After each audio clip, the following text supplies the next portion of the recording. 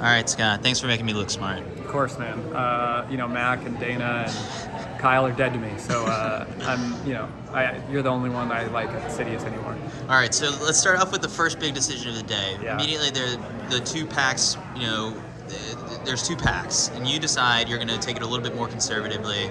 That's just you trusting, knowing this course and your fitness. I guess, how quick did you have to make that decision? Well, I've been pretty quick. I don't know that I was I don't feel like it was that conservative. We were 14, 15 at 5K. That's really fast. We were 4:33 and then 4:37 for the first 2 miles.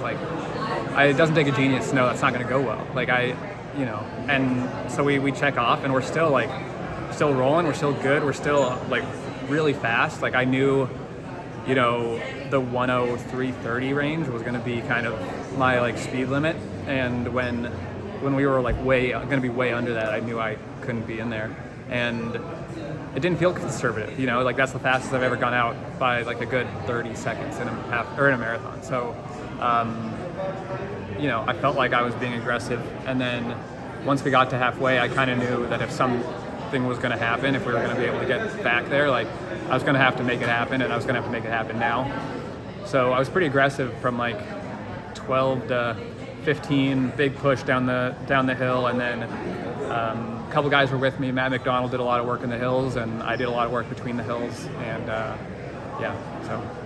How bad was, the carnage that you were scooping up, in that second half of the course? Well, it was really bad, but it wasn't really bad till the very end. Yeah.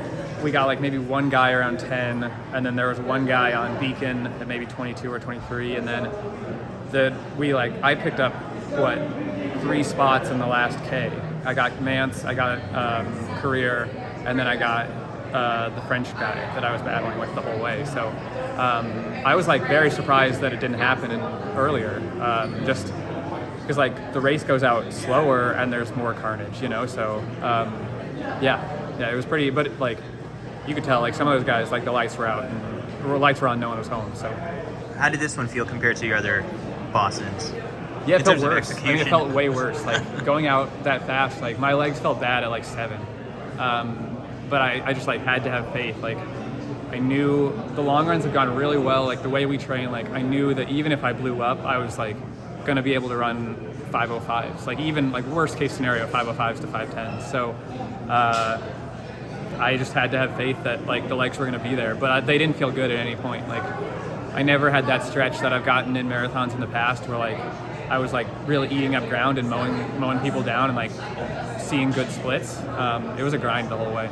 In terms of how you feel about the outcome, you've been 7th 3 times, South American 3 times here.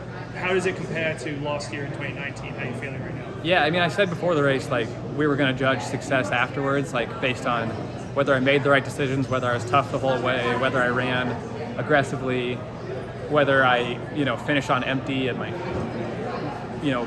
I think I did all that. I certainly do. I really want to be up front again, like I was in 2019. That was still the best feeling in the world, to be leading the race at 22 miles. But at the same time, I'm not going to chase that feeling just to be up front. I have to make good decisions, and I hope we can get to a point where I can feel comfortable going out in 62:30, but we're not there yet. So I'm really happy, I'm really proud, and I know I made all the right decisions, but I do want to get to a point where I can run up front again. Yeah, because I guess this is a fairly similar result to what you got last year in terms of result and time and place. I guess a little slow, conditions, whatever. Yeah. But are you thinking hey, this is really good, I'm super consistent, this is another very solid result, or is there any frustration that you want improving just a little bit? Well, I do think I'm improving. I do feel coming in, I felt 208 low, 207 high was possible, and maybe it was on a different day. So I do feel my fitness is improving. The results haven't necessarily indicated that, but I really do feel like we made progress this block. I had the best long runs I've ever had, most consistent mileage. The lactate numbers looked really, really good. So, I do feel there's improvement there. It just, sometimes the process improves and the outcome doesn't. And hopefully, we keep improving, we keep seeing better numbers, we keep putting in better miles, having really good long runs, and we get a really special day, and we see all the improvement all at once, So, I feel like I'm still improving. What is the feeling like when you're on Boylston Street and you see Eliud Kipchoge in front of him? I mean, I didn't notice it was Kipchoge, like, because I was like in a battle until like 80 meters to go. Like, I didn't even see the finish line. I was just trying to get under the stanchion, you know, because like, you know, I don't know. I didn't know what place I was in, but I really wanted to get every spot I could. So I was just trying to beat that French guy. Okay. Yeah. Thinking in prize money dollars, is that? You know, it's like it's not in the back of my head, you know. So. So between now, I guess, like in Orlando, what are you gonna do? Just summer road racing circuit, or have you allowed yourself to think that far ahead? No, I mean we were planning for today. So, you know, I'm gonna take 2 weeks off and probably 2 weeks easy, and then I'll talk to Joe about what he thinks the best course of action will be. Probably won't run a marathon, but who knows? And then just get ready for the trials. I don't know. Whatever he wants to do, I trust him. Team boss with both top Americans here today. I guess, what's that say about Joe as a coach for the marathon? Oh, I mean, he's, you know, like, Joe's really smart, and he's really dedicated, and I've really been